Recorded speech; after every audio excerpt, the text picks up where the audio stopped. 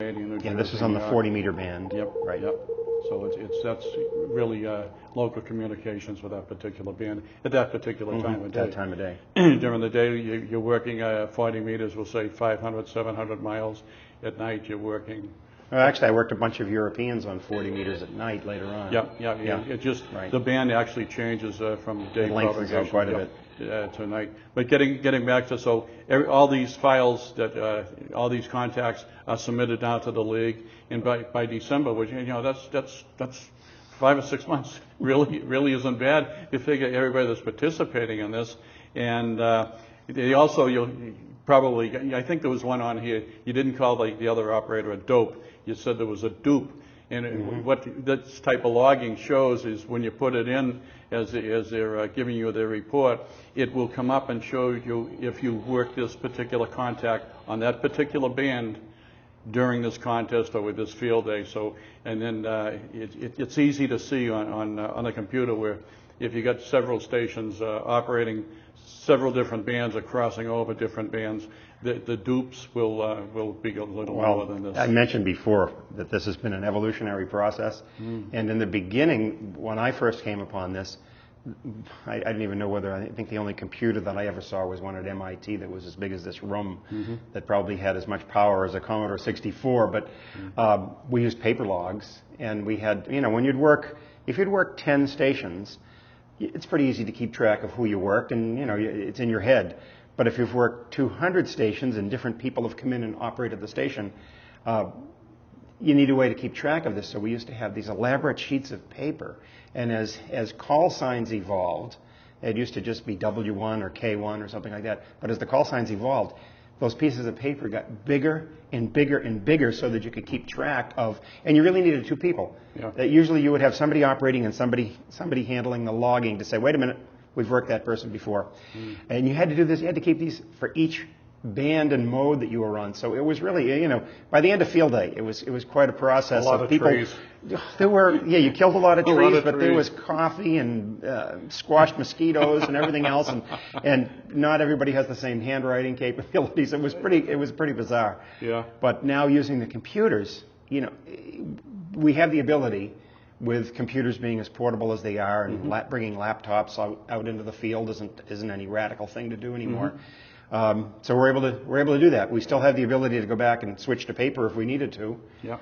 But it makes it a lot handier afterwards to just be able to take these logs and compile them like this and just upload them. Yeah, the cleanup is much more efficient. It is. Much more efficient. And we were lucky where we were too. No mosquitoes. Right. No mosquitoes. Very comfortable, and certainly left it the way we found it, which we tried to do. And I kept looking for hamburgers, so I didn't. Long story. If you want to follow up on that, you're going to have to go to K1 next week. K1 USN Radio Club at BELD.net. Okay. You'll get a follow. Other than that, okay. Can you say AWOL? Unfortunately, when you have 6 grandkids, things can change. That's right. As we all know. That's right. Especially if they all live in the same area. Yeah, right. And if they're all looking for fireworks too. Yeah. Unfortunately, the fireworks. We went up to see the fireworks this past night, and they were canceled, and they were shown the following night, which was pretty good. We didn't, unfortunately, we didn't get up to see them, but we could hear them, and most of the grandkids were in other towns. Well, in case people don't know, we have yet to have summer here. We've just been having. We've been having terrible weather today, even. Yeah, right. Yeah, right. So it's pretty difficult to do anything outdoors, whether it's fireworks or band concerts or anything. June didn't tie any records. No. Didn't tie any records for the amount of rain, but it did get up, and I think there was like 22 days of some sort of precipitation. But what I did hear this morning on a local station was Blue Hill Observatory. It's the first time the wind has stayed in the north for the month of June. Wow. And let's show right up here on our trusty map where it was coming across here from the north down, and this is what's holding it in, where it should be swinging around on a Bermuda high, stream, bringing all the warmth, because as we know, we've been talking down south, and they've been warm weather and everything else, but even now coming in the Swan, it was like a monsoon. That's one of the things that we see when we're operating field day. We know what the conditions are right here where we are, and yet we're talking to people all over the U.S. and Canada, and you know, people down south, they were dying in the heat and baking, you know, and in other parts of the country they had even more rain than we did, and yet the groups would get out and they would do what they had to do to make this work. So you know, you never know. It's a coin flip. I've had field days where it's been absolutely beautiful weather, just, you know, Chamber of Commerce type of weather, and then other times, you know, that's just the way it goes.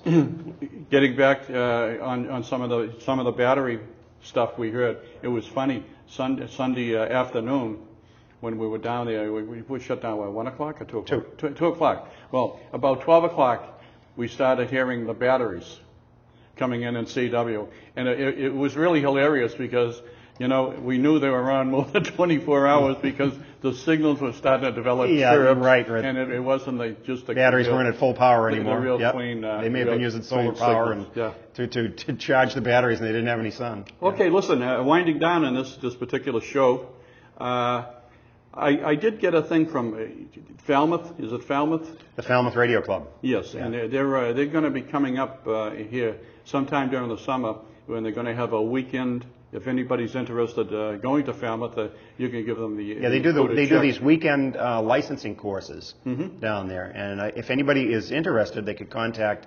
Well, I know Henry Brown, K1WCC, would be a good person to contact. He's on the board of directors there. K1WCC at Comcast.net. Okay, K1WCC at Comcast.net.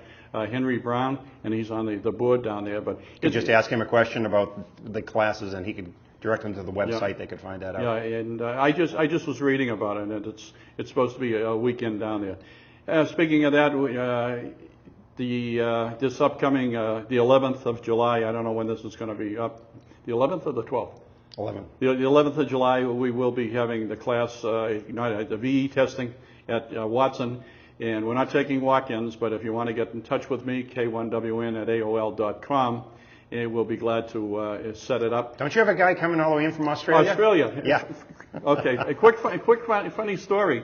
I received a piece of email at k1wn@aol.com about testing. He wanted to know if he could come in and take his extra class license. So I was in contact with you, and unfortunately, this fellow holds a license in Australia, and he's equivalent probably to, we'll say, to our general class license, and he wanted to step up.